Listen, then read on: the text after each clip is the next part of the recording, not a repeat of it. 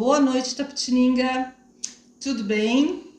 Hoje a gente vai conversar com o Fábio Jabá. Isso mesmo. Pré-candidato a deputado estadual. Isso, pelo PSB. Tudo bem? Tudo bem, prazer em conhecer, Cris. Igual. Muito obrigado pelo convite. Acompanhando o Fábio, Junico, diretor regional do Sindicato dos... Pode falar? Sindicato dos Servidores do Sistema Prisional, São Paulo. Esse nome complicado.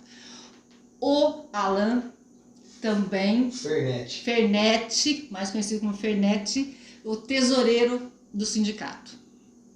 E você trabalha também na Penitenciária? penitenciária? Não, hoje eu estou afastado, né? Nós temos uma legislação própria que quando você está pelo sindicato, você, de acordo com o número de associados, o presidente, o secretário-geral e o tesoureiro são afastados do Mas cargo. você é trabalhador, você Sim, sou é policial penal, funcionário. 22 anos. Então, Fábio, vamos começar do começo? Vamos.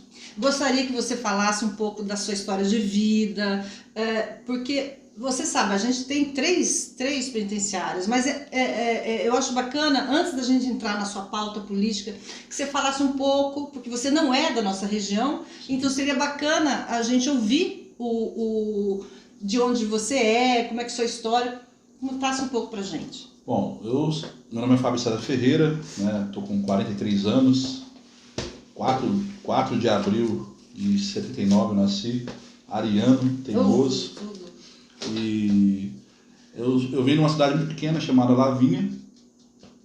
É tão pequena que ninguém nasce lá, todo mundo nasce em Mirandópolis, não tem nem maternidade. Hoje essa cidade minha tem 4 penitenciárias. Eu venho numa família bem humilde. Mirandópolis? Não, Lavínia. Lavínia? Lavínia, sou de Lavínia. Aí, nasci numa família bem pobre. Meu primeiro emprego foi levar marmita numa delegacia da cidade. Naquela época, no passado, a delegacia da cidade ela fazia licitação com alguma cozinheira, com um empresário lá que pegava a cozinheira e tal. Ele levava um carrinho, igual tipo de sorvete. E eu conto essa história pra todo mundo, o pessoal até duvida, acha que é brincadeira, né? E tinha um carcereiro na época que ele me tratava muito bem, eu era criança e tal, tinha meus 12, 13 anos. E no intervalo eu levava a refeição, café da manhã, almoço e janta, eu esperava ali os presos se alimentarem. Aí eu pegava lá os marmitex que era de alumínio, de volta e tal, e levava de volta para a mulher. Nesse intervalo, sempre o carcereiro foi se afeiçoando a ele, que era o Moisés, que hoje é investigador aposentado, lá de lá, vou mandar um abraço para ele. E ele sempre, quando for no podcast, ele confirma a história. Eu já fui em alguns podcasts já, e essa história o pessoal, ele sempre confirma. E aí, eu fiz uma redação, naquela época tinha aquela matéria OSPB /EPT, Educação para o Trabalho. E a professora pediu um trabalho para a gente entrevistar alguém que nós queríamos ser quando crescesse, o futuro. Olha. E eu entrevistei o Moisés, eu queria ser carcereiro. E cá estou eu agora, com 22 anos de sistema prisional. E aí eu caso, aí eu entro no sistema prisional, tomo posse dia 10 de novembro de 2000, tomo posse em São Paulo. Nesse intervalo, já tive uma lanchonete, conheci a minha esposa, estava quase para ir para São Paulo. Quando eu fiz concurso para São Paulo, eu fiz específico para São Paulo. Eu queria sair do interior. Eu tive uma lanchonete, eu quebrei, tinha 18 para 19 anos. Eu falei, bom, embora para São Paulo. Só que aí nisso daí, os caminhos do amor do coração, conheci minha esposa, me apaixonei, e aí fui para São Paulo, fiquei um ano, quase 2 anos em São Paulo, no CLP do Belém 2, e venho para Lavínia 1, que é a penitenciária de Lavínia 1, aí retorno para São Paulo de novo, porque não deu certo a minha remoção na época, fui para Riolândia, fiquei 3 meses, de Riolândia fiz uma permuta com um rapaz para Lavínia 1, e aí quando eu permutei para cá, foi quando começou a minha vida de combate, eu digo assim, que começou a minha vida sindical, porque na unidade já tinha algumas coisas erradas que nós tínhamos detectados, e aí fizemos uma denúncia, acabei vindo para o sindicato. Mas você continua morando em Lavínia? Não, aí hoje, depois de casado, eu moro em Mirandópolis, com a família da minha esposa. E Mirandópolis, que região que é? É vizinho de Lavínia, aquela região de Araçatuba. Ali. Uma região muito rica, né? Já é perto quase divisa do Mato Grosso do Sul, né? Você falou que é uma cidade pequena, Lavínia. Quantos habitantes tem? Lavínia hoje deve estar com 7 mil habitantes e está com 8 mil presos. 4 unidades prisionais. 4 unidades penitenciárias, gente? Isso. E a população está feliz assim? Olha, O ônus e o bônus, né? Tem um ônus para quem é comerciante, é bom, né? Porque daí... o comércio gira, quando vai os visitantes lá é tudo à vista, né? Abriu mais pensões. Aí tem a questão também da segurança, porque a cidade, querendo ou não, fica mais vulnerável também. E não existe um investimento de uma compensação para as cidades que têm presídios, né? Uma compensação financeira, seja em impostos ou aumentar a segurança, o efetivo da polícia militar, no caso. Mas aí quem mora na cidade, que é natural de lá, fica meio refém no final de semana, né? Mas o pessoal reclama bastante. Mas então acaba tendo um índice razoavelmente grande de pequenos furtos, coisas assim. Não nada. Nesse sentido, não. O que aumenta muito, na verdade, assim, a gente sabe que aumenta muito a questão de tráfico de drogas. Verdade. Tráfico de drogas, furtos, assim, acontece sim, alguns pequenos furtos. A cidade, na verdade, sim, todas elas que têm presídios acabam acontecendo sim. Algumas coisas que a segurança fica um pouco mais fragilizada, na verdade. Né? E também dizem que, não sei se isso é verdade ou não, que a questão de moradia também dá um boom nessas cidades. Sim. Sobretudo quando o presidiário ele é transferido de forma definitiva, acontece um pouco disso. Quando o preso é transferido, algumas famílias acabam indo também junto com ele, né? E realmente o déficit habitacional já é imenso. Nós já fizemos um trabalho para a categoria nossa mesmo em várias cidades não tem onde morar. Inclusive a gente até constrói pontes com prefeitos aí para abrir um condomínio para a categoria, porque uma cidade pequena igual a Lavínia, né? Mirandópolis tem uma estrutura melhor, um hospital regional, que é a cidade que eu moro. Né? Sou casado com a Elisa Regina Avanço Ferreira, minha esposa. Já tenho um neto. Né? Quantos filhos você tem? Inclusive, meu nome Fábio César, meu nome. Eu, na verdade, tenho 2 enteados que são filhos, né? O Iago, que é o mais novo, e o Stefano, que é policial penal em São Paulo também. Você casou cedo, então? 21 anos. Assim que eu vim para São Paulo, logo depois eu casei. Que beleza. Eu estava pensando o seguinte, antes de a gente falar sobre a sua pauta de deputado, eu gostaria que você começasse a falar um pouquinho, ou desmistificasse um pouquinho, vamos começar por coisas que acontecem no sistema penitenciário, que a gente aqui de fora, a gente, até por muita gente não tem parente preso, então não tem o conhecimento e às vezes acaba tendo preconceito acerca do trabalho que vocês prestam para a sociedade.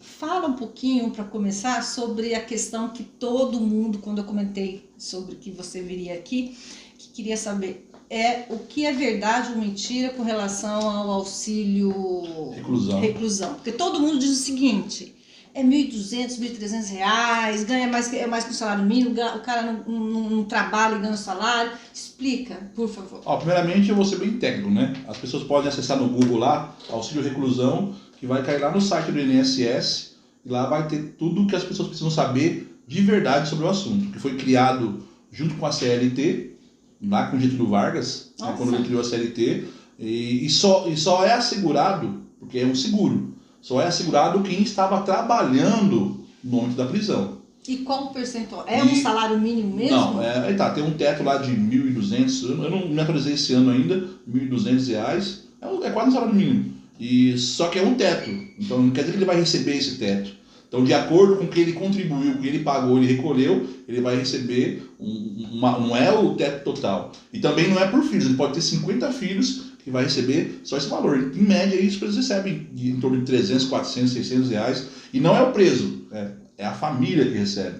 Então, quando o preso vai lá assinar, ele tem que ter um bom comportamento na unidade prisional, ou na família, porque a família vai requisitar. Então, se ele tiver 3 filhos, vai dividir esse valor para 3 filhos. Se tiver 3 filhos com 3 mulheres, vai dividir R$600 para 3 e para os filhos. Então assim, existe muita... mito, né? Mito, é um mito. Fake news que hoje falam.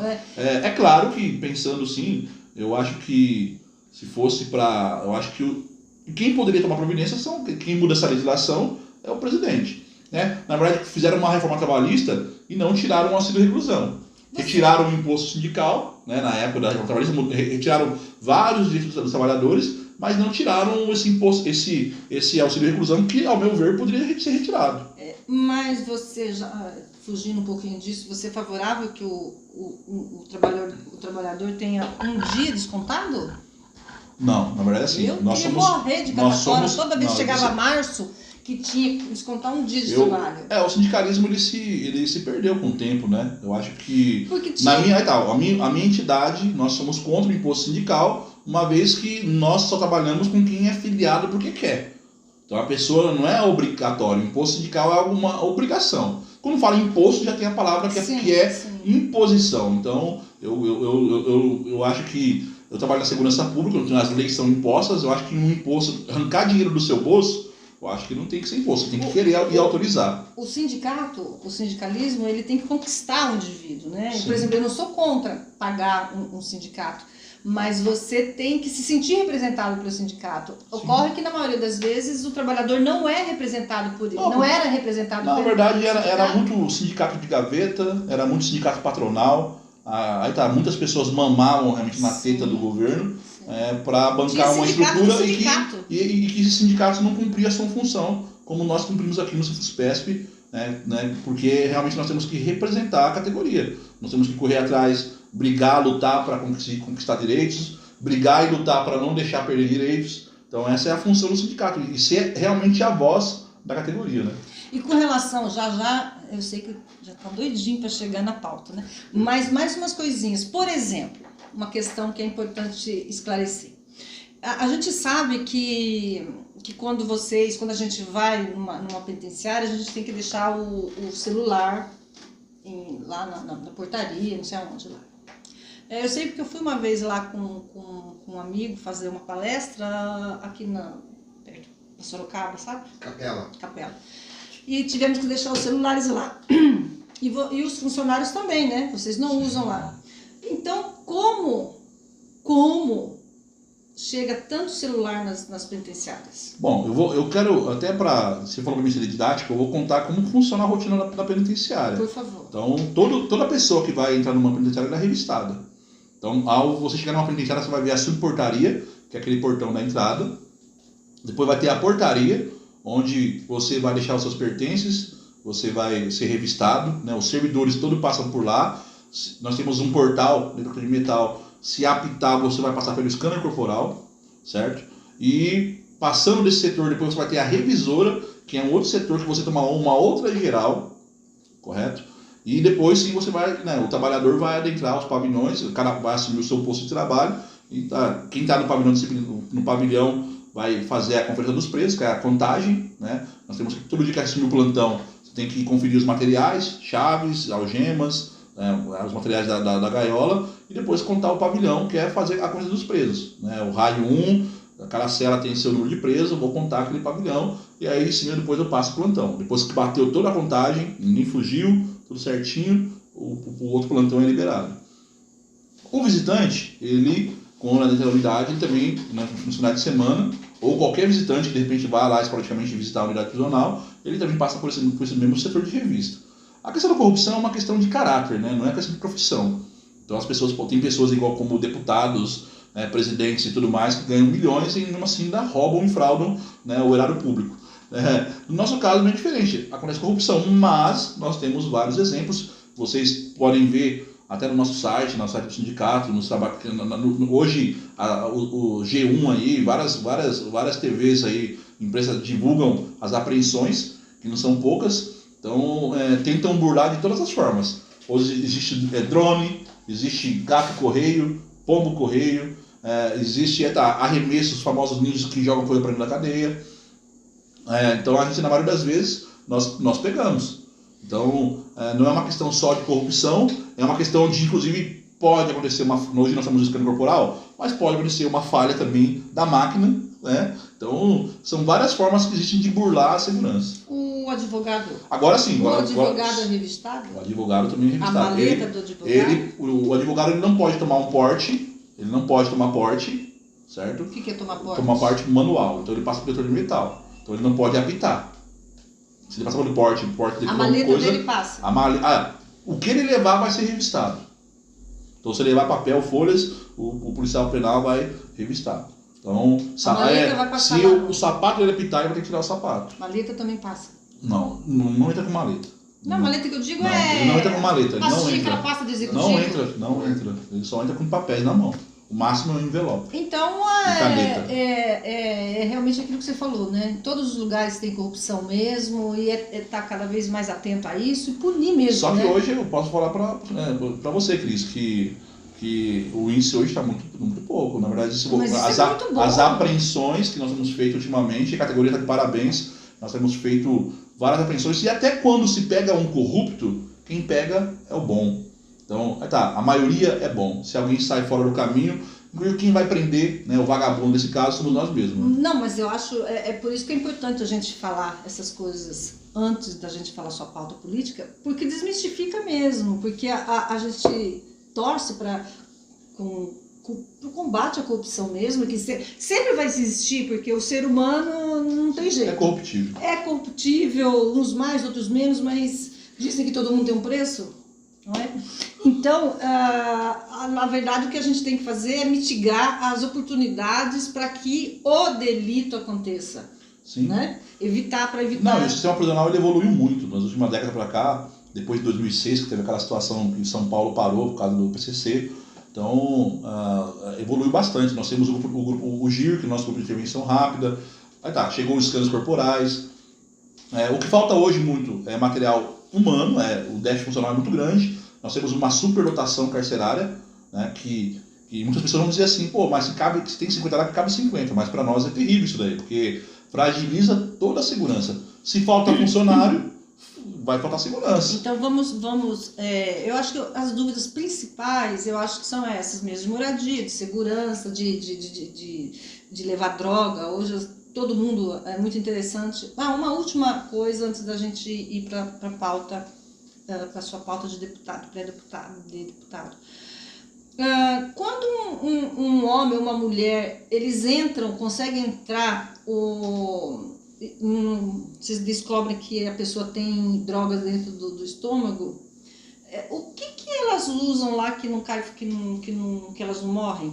Por exemplo, no que elas colocam a droga para não abrir dentro do estômago? Ingerido ou se inserido?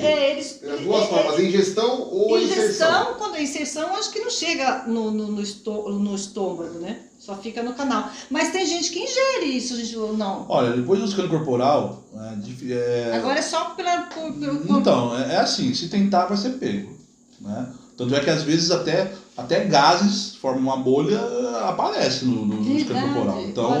Então as pessoas que fazem isso, na verdade, estão correndo risco de vida. Sim. Porque não dá para afirmar que tem segurança em você embrulhar, porque se um envelope de cocaína estourar no seu estômago, a pessoa vai morrer. A pessoa ingere, vai ter uma... Hoje, quem muito ingere muito, na verdade, assim, na cadeia, hoje tem engolindo celular os presos. Até para esconder celular, eles engolem, né, que tem uma técnica lá que usam aí.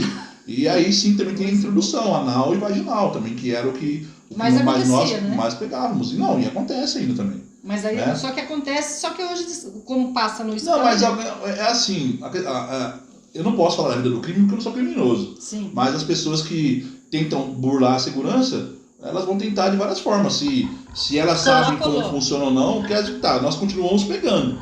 Então, se todos eles pensassem assim, tá pegando, eu não vou, mas como de repente tem uma missão para cumprir, recebem por isso também, porque também isso aí não é de graça. E como você falou, em algum momento o sistema não é perfeito. Né? Em algum momento pode acontecer uma falha humana, uma falha técnica.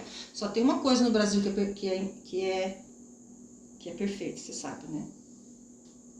Você sabe, que não acontece nenhum erro no sistema. Eu não vou falar. Então vamos voltar agora à sua pauta. Eu gostaria que você dissesse resumidamente, você falou já sobre o excesso de presidiários, ou seja, precisa de mais presidiários e na estrutura que tem hoje tem muitos presos e pouco material humano. Essa é uma bandeira sua? Sim, de repente, como é que... Na verdade, assim, a nossa pauta para a categoria é justamente as condições de trabalho. E aí as condições de trabalho se passa pela questão do efetivo, né? Como você vai desenvolver uma atividade tão importante para a segurança pública, sendo que você não tem pessoal? Então a conta não fecha. Se eu tenho 202 mil presos e eu tenho 30 mil policiais penais, aqueles que trabalham diretamente com o preso, então essa conta não fecha, né? Qual o percentual? Nós temos por volta de quantos mil presos, você falou, no Brasil todo? Não, no Brasil em torno de 700 mil. 700 mil. Você sabe mais ou menos o efetivo desse pessoal? 110 mil policiais penais. Qual seria o percentual? O CNPCP, que é o Conselho Nacional de Polícias Criminais e Penitenciárias, ele adota um padrão, né, pela ONU, que seria de a cada 5 presos, um policial penal. Então, não, na verdade o déficit é imenso. Por essa conta aqui em São Paulo só, nós teríamos que ter 200 mil presos por cada 5, teria que ter 50 mil, né? Acho que seria essa conta. E nós temos 30? 30 mil. Então, só que hoje nós temos um déficit de 20 mil. Nós temos um déficit, faz a conta, eu não falei errado. Faz a conta aí, 200 mil presos. 40 mil efetivos. 40 mil? É isso, né? Teria que ter. 40 mil efetivo exercício. Só policiais penais, só quem lidar direto com o preso. Sem tirar toda aquela parte técnica que nós temos. Nós temos oficial administrativo, oficial operacional, psicólogos, assistentes sociais. Só esse aqui. Só os policiais penais, que é aquele que faz toda a movimentação, muralha, escolta. No estado de São Paulo, 30 mil só. 30 mil. E precisaríamos de ter mais 10 mil. Mais 20 mil. Mais 20 mil. Por essa conta. Desculpa. Mais ou menos 20 mil. E aí mais o pessoal também da área meio, da área técnica. Não, mas aí vamos falar assim, dentro dessa perspectiva, qual que é a viabilidade efetiva? Por exemplo, precisamos de 50 mil, mas qual o mínimo que talvez já seria interessante dentro dessa sua luta? Não, é assim. Como é que é diante de tudo desse cenário Cris, que a gente é assim. que não está tendo, É assim, nós temos um pavilhão hoje, que eu vou deixar assim, ser bem didático mesmo. Um pavilhão hoje, Capela do Alto, certo? Lá, o pavilhão habitacional lá, o raio, como alguns chamam, ele tem, são 12 camas e 8 celas. São 8 celas que tem 12 camas. Então a população normal ali seria 96 presos. Tá. No mínimo, para atender esses 96 presos, nós tínhamos que ter no mínimo dois policiais penais para ficarem ali naquela gaiola que nós temos o pavilhão. Quando você entra na cadeia, você já entrou. Você entra, no Capela do Alto você já entrou, né? Tem os pavilhões que parecem uma espinha de peixe. Sim. Aí a gaiola 1, raio 1 e 2. A gaiola 2, raio 3 e 4, tem pavilhão de trabalho. A gaiola 3 que tem 2 pavilhões também. E a gaiola 4 que tem mais 2 pavilhões. Então, ali dentro tem uma ratoeira que no passado, quando eu assumi no serviço do Belém 2, nós éramos em 240 policiais penais. E nós tínhamos 2 em cada posto de trabalho. O que é minimamente admissível seria 2 policiais penais por posto de trabalho. E por período? E ainda assim... Por turno? Não, e ainda assim você deixar uma reserva, porque tem escolta, tem outras situações no dia a dia. Então nós éramos, no nosso plantão, naquela época, em 2000, meu plantão tinha 64, 65 servidores, policiais penais só lá dentro. Aquilo lá, sim, era o ideal pra gente, entendeu? E hoje nós temos aí unidades prisionais, agora, né? O horário aqui é 7 da noite, né? Aqui é 6 horas o plantão, né, que fecha, né? Agora tem unidades prisionais com 2 mil presos e tem 5 policiais à noite para cuidar desses 2 mil presos. Meu Deus. Entendeu? E isso tudo porque, se estiver errado, possivelmente eu vou estar. Falta, o Estado deixou de fazer concursos públicos, foi aumentando os presídios. São 2 fatores, né?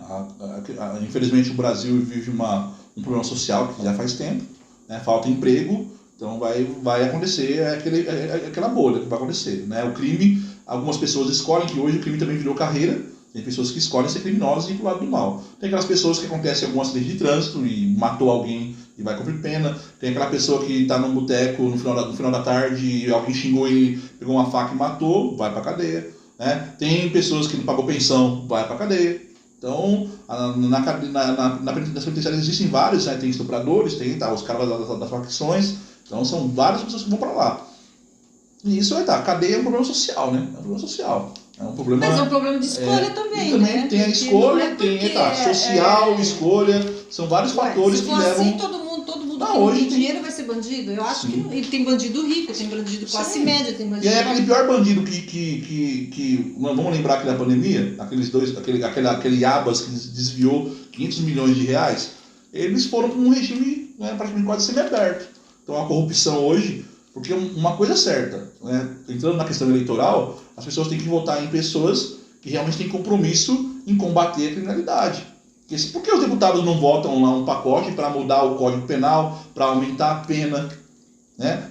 Porque muitos têm medo de ser usado para ele mesmo. Né? E principalmente o que a população reclama muito é que nos países desenvolvidos você cumpre. Se você é condenado a 10 anos, você cumpre 10 anos.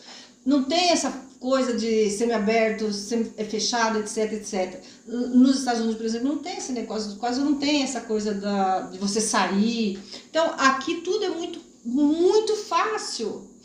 O cidadão que paga o imposto fora da cadeia, paga os benesses do cara que sai semiaberto e que não cumpre, e tem essa coisa de um cesto, o estuprador sai, e aí acaba às vezes que o cara que roubou uma melancia fica preso e quem matou, não. Né? É muito maluco. Infelizmente isso. É assim, aí, por isso que é assim, aí a pessoa que tem dinheiro, tem um advogado bom, ela consegue vários benefícios. É aquela pessoa que é pobre, que vai depender de defensor público e de repente por ter roubado, eu já vi um caso de um frango que aconteceu na minha unidade no centro de Belém. O cara roubou um frango e ele... De coisas mínimas, né? Então assim, é por isso que eu falo que é difícil julgar, por isso que eu falo assim, a questão da prisão é algo... nós trabalhamos na cadeia, né? Então nós sabemos como funciona. Aí quem tem algum familiar preso também tem uma outra visão, e quem está fora, quem existe, tem outra visão. Agora sim, agora eu insisto em dizer, esses 4, o que se avançou em modificar o Código Penal desses 4 anos? Nada. O que se avançou? Né? Foi tentado até montar um pacote anticorrupção, que não foi para frente também. Então, o que se fez efetivamente, porque eu concordo que nós temos que aumentar, tem que aumentar a pena, concordo com isso, porque não é só a cadeia já é um lugar ruim. A pandemia evidenciou, sempre falo isso, evidenciou as pessoas ficaram enlouquecidas dentro de casa. Aumentou Maria da Penha, aumentou o divórcio, que elas não se suportavam ficar dentro de casa com televisão, com Wi-Fi, com comida. Agora imagine você ficar num lugar que tem 40 pessoas que você não conhece, que se você vacilar, você pode inclusive morrer lá dentro. Então assim, é um lugar difícil. Eu acho que tem que ter isso daí mesmo, porque a pessoa tem que saber que vai pra cadeia, porque para ela evitar de cometer o crime, primeira coisa, a pena. Hoje o crime compensa. Hoje o cara que é criminoso, ele é profissional, ele faz a conta. Sabe uma coisa? Ele vai roubar alguma coisa. Daqui eu vou pegar 10 anos, mas eu vou cumprir 2, vou pra rua. Quantos anos tem o Código Penal?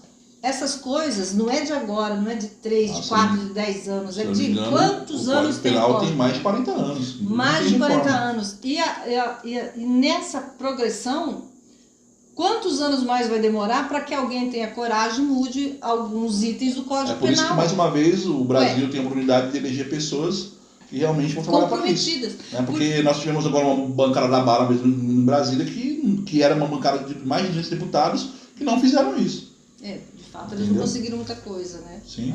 E aí eu acho que é um consenso. Eu acho que, mais uma vez, nós temos que voltar a acreditar. Como o Brasil é um país democrático, tem eleições, e aí as pessoas têm que aprender a votar, não vender o seu voto, são coisas básicas, porque se você se corrompe, ganha uma cerveja, uma cesta básica, não sei o quê, esse deputado vai fazer o que quando chegar lá, né? Mas aí que tá, voltando aí na sua pauta eleitoral.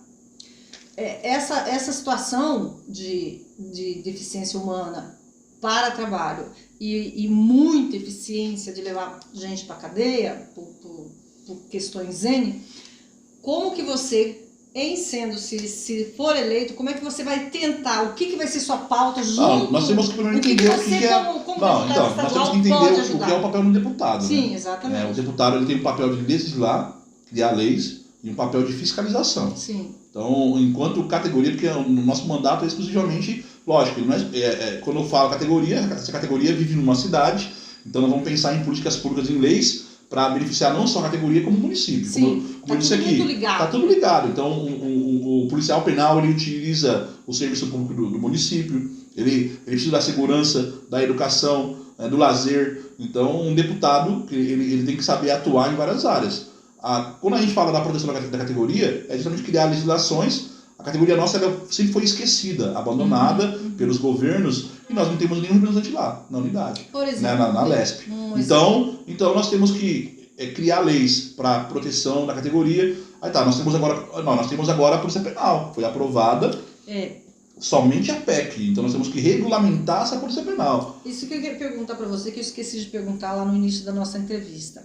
A gente tinha o agente penitenciário, e qual a importância do agente penitenciário, desse profissional,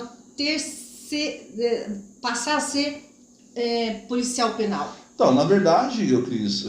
qual que é o principal benefício? Na verdade, o nosso trabalho não modifica por causa do nome. Sim. Porque o nosso trabalho sempre foi policial. Sim. Tanto é que nós recebemos o RETP, que é o Regime Especial de Trabalho Policial. Na verdade, oficializou que vocês são polícia agora. Não, então, nós éramos de fato, não éramos de direito, agora somos de direito. Mas com isso, nós queremos também melhorar o nosso trabalho para a sociedade. Nós somos pagos pelo imposto recolhido, o Estado tem que devolver em segurança, então nós queremos melhorar esse serviço. Fiscalizando os presos que saem de saidinha, fiscalizar os presos no semiaberto, os presos que estão em RA, regime aberto, liberdade condicional. Nós queremos ter material humano e também condições de trabalho, um armamento digno. Não sei se você sabe, mas nós não temos arma no Estado. Nós temos que comprar a nossa arma para nos defender. Soube. Então nós temos que promover o acautelamento, nós queremos um uniforme decente, algo que nos identifique, né, para a sociedade ver, aquilo ali são os policiais penais. Sim, mas acontece, se você usar uniforme, você não pode ficar visado como policiais hoje, né? Dependendo, se você usar um policial... Quem é policial penal, quem é policial militar, quem é um operador da segurança pública, ele sabe o preço que ele entrou quando ele pagou. Nós queremos um uniforme, sim, para dignificar a categoria. Quando a gente fala em uniforme, é porque quando chegar na unidade prisional, todo mundo está igual, tem uma identificação. Sim. É lógico, nós estaremos uniformizados enquanto nós estivermos trabalhando. Não necessariamente. O policial sempre usou uniforme, né? Pra usar. Sim, mas na folga dele não usa uniforme. Ele era policial, estava paisana, tá armado e tudo, mas ele tá paisano, ele não tá com uniforme. Só que o policial, ele tem algumas coisas que ele consegue, né? No ônibus, então ele tem algumas benesses que a população faz quando ele tá uniformizado, que não faz quando ele tá... Na verdade, assim, nós também defendemos o transporte gratuito. Nós temos algumas pautas que ainda não conquistamos, né? O transporte gratuito, nós perdemos muito com a PL 26, o governo tirou a abonada, né? Mas aí esse transporte gratuito é só quando vocês estiverem a trabalho ou quando vocês estão uniformizados? Porque na verdade é feita uma troca, né, Cris? Na verdade, as pessoas só acham que nós viajamos de graça, ou o policial militar viaja de graça. Mas a partir do momento que você entrar num ônibus, no transporte público uniformizado, você também vai estar responsável pela segurança daquele evento. Então é feita uma troca. Mas é por isso que vocês são privilegiados, é por isso que vocês têm eu não vejo como privilégio. Eu gostaria muito bem de receber 10 mil reais de salário e não pagar passagem. Mas privilégio no sentido de que você, não é que é um privilégio entre aspas, mas quando vocês entram no ônibus, a gente que está no ônibus, a gente se sente muito seguro. Então a gente não acha ruim que vocês não paguem. Sim. Eu acho que é uma coisa bacana. Quando vocês vão numa padaria e tomam um café na faixa, é bacana também. O que não é bacana é a corrupção. Mas esse tipo de coisa, a gente sabe que é legal. Os países desenvolvidos, os policiais, a segurança pública dos Estados Unidos e Europa, eles são estádio, cinema... realmente existe um reconhecimento da população quanto a ele, né? O Brasil ainda está caminhando, ainda existe um pequeno reconhecimento que ainda não é majoritário e que realmente, por isso que ser operador da segurança pública, é muito mais, as pessoas têm que ser vocacionadas, porque na verdade a segurança pública ela garante direitos, sem segurança pública ninguém sai de casa. Aí eu cito mais uma vez o exemplo de 2006, que São Paulo parou e ninguém pôde usufruir nenhum direito. As pessoas ficaram trancadas em casa, com medo, porque o Estado perdeu. Exato. A polícia perdeu naquela época. E aí sim foram feitas várias reformulações para que tomara que não aconteça mais. Nas cadeias penitenciárias, várias coisas foram modificadas. Deixa eu perguntar uma coisa para você. Você falou que tem um monte de preso para pouco material humano trabalhando. Por que graças a Deus, não acontece mais rebeliões? O que controla tudo aquilo? Bom, são dois fatores, né? Como eu disse aqui, depois de 2006, muitas coisas na unidade penal mudaram, né? Então mudaram várias questões de segurança. Acabei de falar aqui do escâner corporal, de tem evitar... a segurança máxima, a prisão de segurança máxima. O RDD foi criado, né, lá em 2000 já, né? E hoje, e aí tem uma questão que também nós temos que falar, que é o crime organizado, né? Que também eles exercem uma disciplina em cima dos presos, mas o que mais mudou foi justamente isso. Formas, hoje nós temos as celas são automatizadas, então aquele policial penal que poderia ficar de refém não fica mais. Nem todas as unidades penais estão automatizadas ainda. Então nós temos mecanismos, nós temos blitz constantemente nas unidades prisionais, para tirar material ilícito. Só que uma coisa que nós pegávamos no passado, não pegava mais que nem faca. Lá no passado a gente pegava muito espeto, as facas artesanais. Hoje não pega mais. Né? Porque o crime organizado ele colocou uma regra para os presos que para ele é um comércio. Ele não quer ter problema. Para que tudo que o crime organizado manipula, articula, possa andar livremente. Só que ao mesmo tempo, todas as polícias capacitaram mais, tem mais armamento. E essa luta do bem e do mal, né, Cris, ela sempre vai existir. Infelizmente, é o ser humano, ela sempre vai existir. É algo que nós temos que agora, assim, eu louvo que muitas coisas mudaram, sim, para melhor. E nosso trabalho também enquanto sindicato é fazer com que isso aconteça, que a sociedade realmente tenha segurança, né, que ainda existe uma sensação de segurança muito grande na sociedade. Né? Quando você fala de política penal, da sua categoria, qual que é a primeira demanda que a sua categoria exige? Mas antes disso, a gente sempre vê deputados que são eleitos por nicho A, B e C. A categoria penal, penitenciária, não tem isso ainda. Não tem um deputado... Assim, você vê que tem gente que luta, tem deputados militares, que luta pelo militar, pelo isso, aquilo, outro. Mas vocês, especificamente policiais penais, você é um dos poucos? É o único que está tentando... Vai sair mais companheiros aí, né? Você acha vai sair. A categoria hoje ela está mobilizada. Ela entende que nós temos, pela numeração nossa, mais de 40 mil servidores.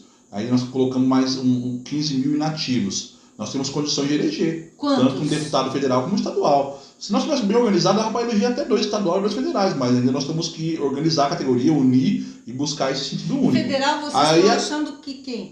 Não, na verdade eu não tenho. Na verdade, eu não posso falar em nome das pessoas, né? Então, não, mas você já tem um candidato seu federal que está na área, que está dentro do que você...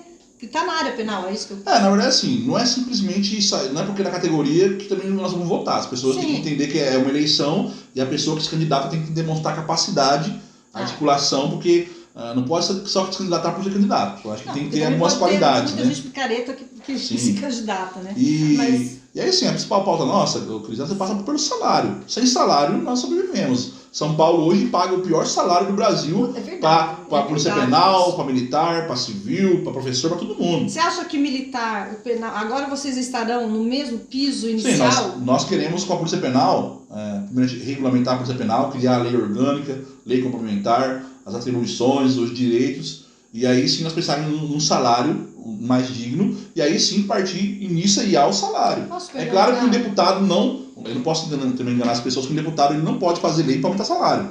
Isso aí é um trabalho executivo, é um trabalho do executivo, né, do governador. Só que um deputado eleito, ele pode fazer o seu lobby, mobilizações, junto com os sindicatos, junto com a categoria, para convencer o deputado, né, o governo a melhorar o salário e também as condições de trabalho. Posso perguntar hoje quanto que seria a base para o policial penal que passou no concurso e começa a trabalhar hoje no Estado de São Paulo? Não. O ideal. A União paga para o policial penal federal em torno de inicial mais de 10 mil reais. Hoje? A União, o governo federal. Nós temos o estado igual como o Maranhão que paga 7 mil. Maranhão paga 7 mil e nós aqui? No inicial, 3.200 agora. O Maranhão paga inicial 7 mil? 7 mil. Verdade. Maranhão, e agora que o Maranhão é PSP, pobre, né? de maré. 7 mil reais. e nós nem 4 mil. Não, e aí o início da carreira, finaliza com 15 mil. O Rio de Janeiro também começa com 7 mil e finaliza com 20 mil. Qual a razão efetiva por cargas d'água? Nós, o estado mais rico, a locomotiva do Brasil, a gente faz isso com vocês? Com o policial todo, de modo geral? Não, isso é política de governo, né? Não, tá, a população tem existido no governo, são 30 anos de PSDB, né, que parece que odeia servidor público, né? Coisa tudo é tirado. É por isso, Fábio, que a gente precisa trazer as pessoas e saber de como acontece, porque eu jurava que vocês já ganhavam isso. Não, o colega nosso policial penal no último nível hoje, ele aposenta com 7 mil reais, depois de 30 anos de serviço. Integral, pelo menos? Não é integral. Quem entrou até 2013 é integral, quem entrou agora igual o Junico mesmo, ele vai ser média salarial. E vai ter que trabalhar no mínimo 40 anos. Porque lembramos, né? Na verdade, Cris, então nós temos que lembrar que nessa última legislatura, o servidor público parece que se tornou um inimigo número 1 da sociedade, né? Então foram várias, começou com a reforma da Previdência, depois congelou o tempo de serviço durante a pandemia. Nós, a segurança pública e a saúde, nós atuamos, trabalhamos na pandemia. Os estados escolheram isso, né? Os estados, ela fez a reforma da Previdência, mas eu me lembro que alguns estados foram contra isso. O estado de São Paulo fez a própria reforma da Previdência. Outros estados. Assim, como funcionam as leis? Para mudar a reforma da Previdência, precisa de uma PEC. Sim. Quem faz a PEC é o governo federal. Sim. Aí são os deputados lá votaram, aprovaram o projeto do governo federal, e esse projeto, cada estado depois, quem deu toda a abertura para os estados, nenhum estado abriu mão de não fazer, todos os estados fizeram a reforma da Previdência. Mas fizeram do jeito que quiseram. Não, mas baseado... Senão não haveria uma disparidade tão grande de salário, por exemplo. Mas baseado na lei federal. Quem autorizou os governos a fazer o que fizeram, aumentar ou diminuir a maldade, porque assim, no governo federal nós temos empresas, Tim Vivo, várias empresas que devem INSS, porque a culpa nem sempre é do trabalhador. Porque na verdade, quando você faz uma reforma da Previdência, peraí, por que nós temos um déficit aqui na Previdência?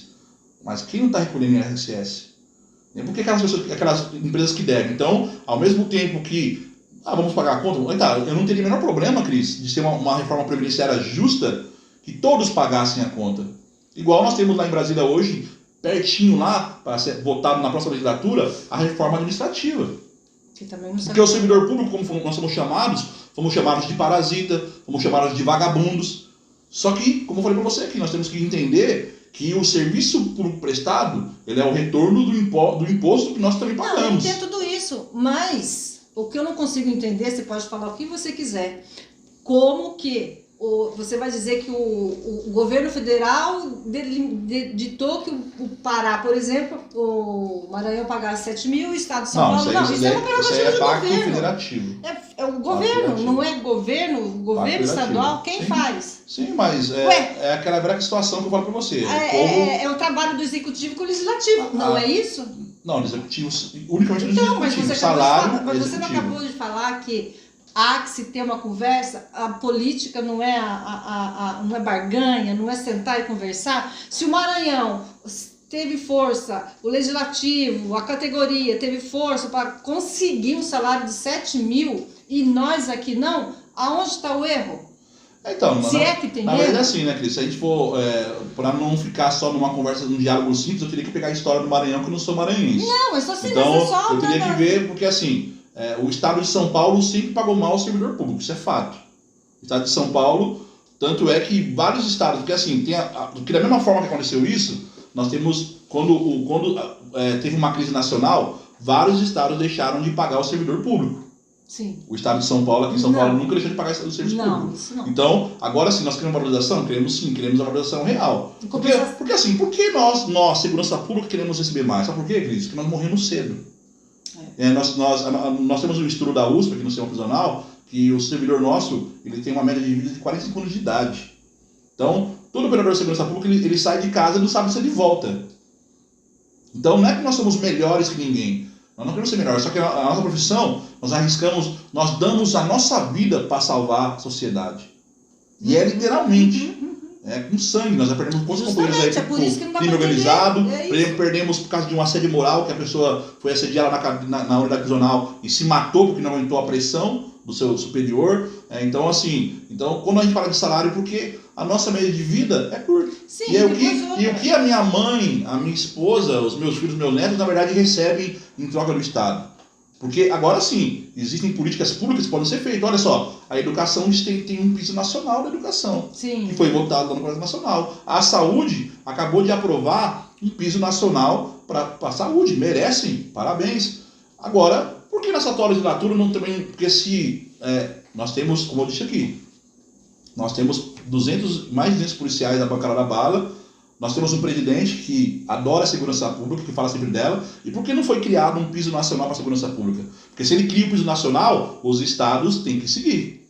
Sim, mas você disse que eu sei que isso é verdade, que nós somos o 23º estado, o 23º pior salário. Sim. Ué, se a prerrogativa é do governo estadual, os nossos governos passaram, não fizeram nada pela categoria. Sim, mas...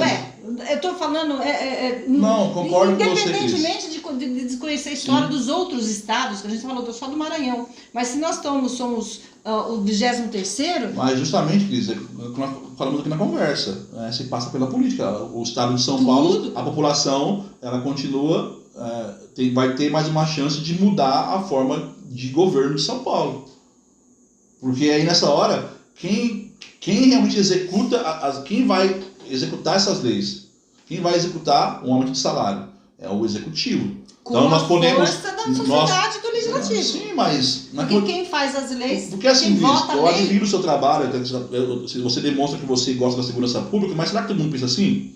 Será que, porque assim, quando tem um movimento nosso da segurança pública, quando a gente para uma rua, quando a gente faz greve, porque no geral, como eu disse para você, foi feita uma pesquisa na época da reforma administrativa. Tem pessoas que acham, porque a reforma administrativa, ela sim é necessária fazer, mas tem que fazer para todo mundo. Para todo mundo. Olha só, um juiz, quando ele comete um crime, ele é aposentado compulsoriamente. Ele ganha 50 mil reais por mês. Um policial penal, salário, um civil, militar, quando comete um crime, ele vai para a cadeia. Por que esse juiz não pode ir para a cadeia? Não é porque um deputado precisa ter o fórum privilegiado. Absurdo isso. Então, assim, eu acho que o Brasil precisa amadurecer enquanto sociedade democrática de verdade e tratar todo. Então, vamos ser todo mundo igual? Porque eu falo, as reformas... Eu não tenho nem problema com reforma, desde que ela possa atingir a todos. Eu acho que, na minha modesta opinião, a reforma mãe de todas não deveria ter sido nem a previdenciária, nem a administrativa, deveria ter sido a política. Se você modificando a política, botar uma coisa mais justa, sem esse balcão de negócio alavancado, e aí as coisas tenderiam a ser, nem que fosse na marra. Mas... São duas reformas necessárias que nós temos que ter no Brasil. A reforma política e também a administrativa, aquela da... A reforma tributária. Tributária porque, como eu disse, olha só, desde quando começou as privatizações no Brasil, com o Fernando Henrique Cardoso, o que a população teve de retorno? O Brasil, eu concordo com várias reformas também, com várias privatizações, que eu acho que o papel do Estado ele tem seu papel definido, mas o que teve de retorno para a população? Diminuir o imposto?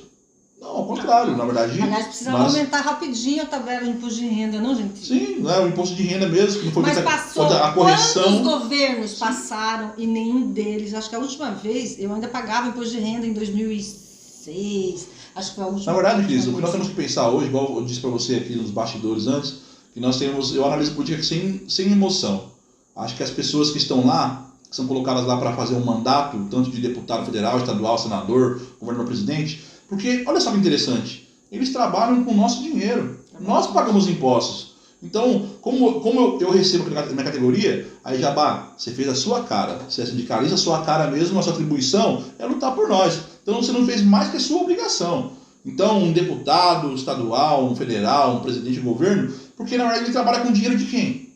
Você vê que interessante que na verdade as pessoas começam a brigar, discutir política como time de futebol, brigando entre pais, irmãos, amigos, brigando por causa de política, e na verdade eles trabalham com vai dar. Ele tem que ser um bom gestor. Essa é a verdade. Gerir um dinheiro que não é dele, é um dinheiro público. Eu acho que você tem uma colocação, uma postura muito, muito focada, né? Você sabe exatamente como agir quando você chegar lá. E isso é muito bacana, porque às vezes a gente vê, já entrevistei algumas pessoas que rodeiam e não falam. Rodeio. Você se posiciona, e isso é muito importante. E eu acho que essas coisas, o fato da gente estar discutindo, o país estar discutindo política, eu acho que a tendência é só aumentar. Porque com a educação, essa exigência que a gente precisa, né, Junico? Que a sociedade seja mais consciente do que faz, do voto, que amadureça. Eu acredito que a gente vai melhorar. Eu não sou uma pessoa pessimista, juro por Deus do céu. Eu acho que o Brasil tem jeito. E se não importa, daí se no futuro as pessoas, independentemente da ideologia, o que é importante é que elas sejam honestas nas suas intenções, né? A questão é assim, nós temos que entender, historicamente, que o Brasil é uma democracia nova. Nós estamos caminhando para a perfeição, ainda vai demorar muito para chegar à perfeição. Só que essa perfeição, aí eu falo sempre da luta, as pessoas esperam do outro a perfeição, ela não quer ser perfeita. Então eu acho que, partindo do princípio agora que nós temos eleições, as pessoas procurarem na hora de votar, pesquisar a vida porque hoje com a internet, com a rede social, não dá pra dizer que não sabe. Dá pra pesquisar lá no Facebook, o cara postava, o que ele não postava, no Instagram, no YouTube dele, né? Hoje no Google você pesquisa tudo também lá. Então assim, as pessoas que elas querem buscar informação, né, por isso que elas não podem vender o seu voto. E como você disse aqui, acho que o que eu trago de experiência, Cris, eu lutei durante 15 anos em Brasília pela Polícia Penal. Então nós tivemos que negociar, conversar, brigar, invadir, quebrar tudo quanto teve que quebrar, né, lá em Brasília. Né? E aí nós tivemos que fazer tudo para conquistar os nossos direitos. Aqui em São Paulo também não foi diferente. Então nós tivemos que conversar com deputados, debater, brigar, tá? Eu fui chamado de vagabundo pelo nome falei. Naquela briga da reforma penitenciária. E quem que é o vagabundo hoje? Né, que gravou aquele áudio, né, o que a gente precisa de gente arrojada. Então assim, eu vou entrar na Lesp, Cris, lógico, eu trabalho dentro de uma penitenciária. Desculpa, não é a primeira vez que você se candidata. É a primeira candidatura minha. Aí eu trabalho na penitenciária, e nós temos que debater, dialogar com os presos, com facção criminosa, temos que controlar rebeliões. Então eu visualizo, eu vou chegar ali. Para mim, um ambiente fechado é um lugar maravilhoso nosso, né, Junico? Nós trabalhamos num ambiente, nós sabemos trabalhar em ambiente confinado. Então, quiser debater, brigar, discutir. Só que assim também, eu não vou ser eu não quero ser um opositor. Eu aprendi na vida que nós temos que construir pontes. Isso. Eu creio, para mim, levar a minha categoria, levar também as minhas bases, que são municípios, representar a minha cidade, Mirandópolis também, os municípios pequenos. Eu tenho que ter também um poder de articulação para quando eu lançar um projeto, poder aprovar esse projeto. Então, é aquela questão de ser coerente. Acho que na nossa vida tem a medida para tudo. Tem a hora de você brigar, tem a hora de você dar um passo para trás. Então, e você realmente não pensar em você. Porque quando você se torna político, igual hoje eu luto por uma categoria no sindicato. Estou licenciado agora, por questão das eleitorais.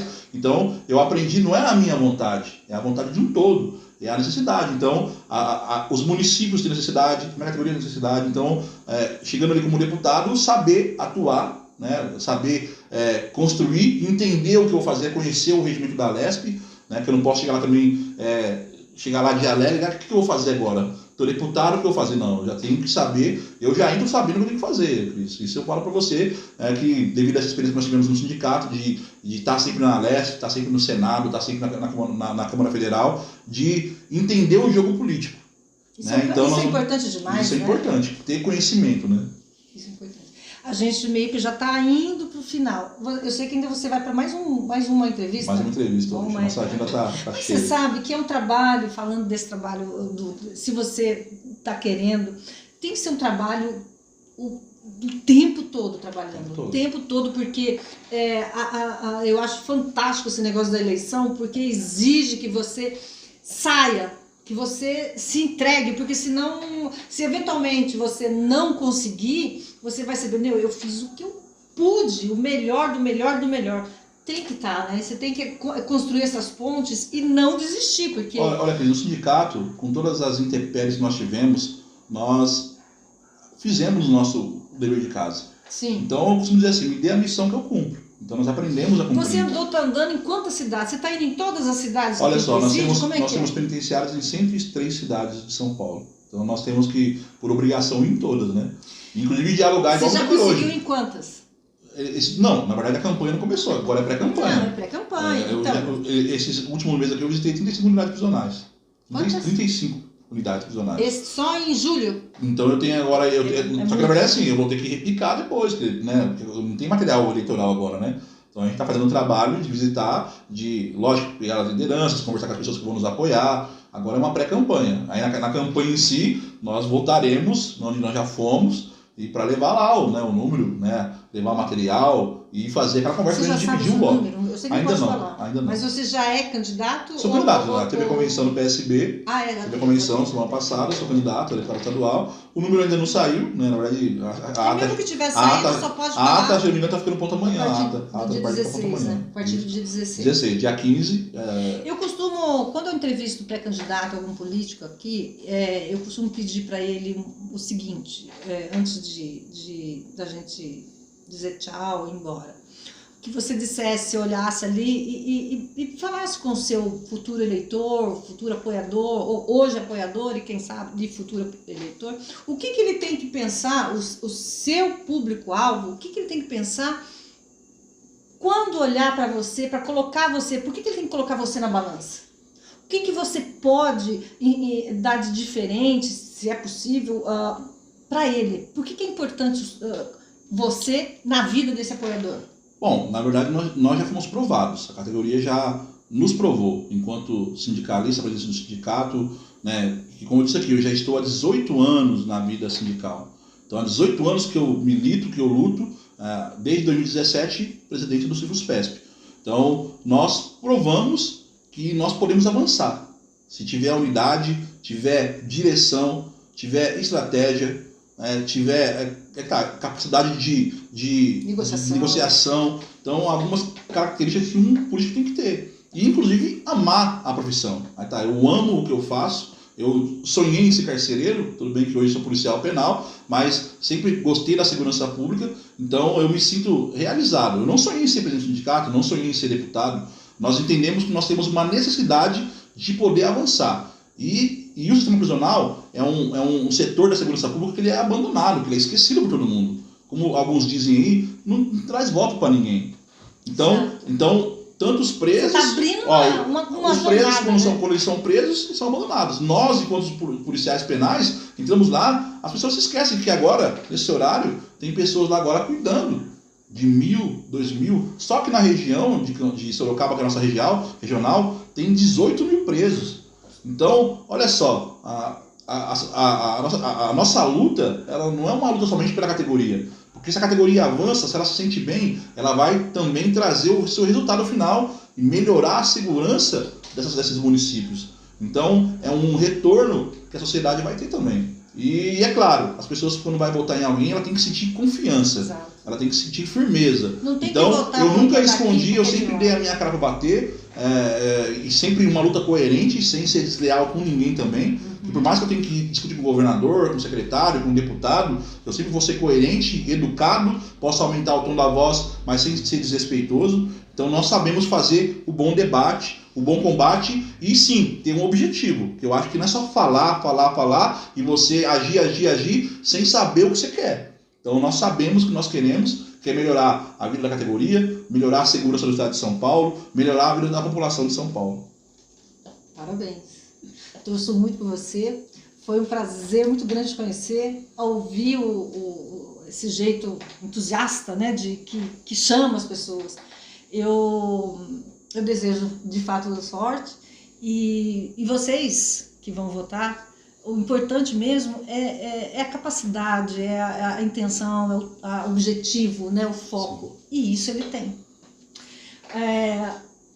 Eu peço para vocês curtirem, compartilharem essa entrevista e coloco à disposição, se você, porque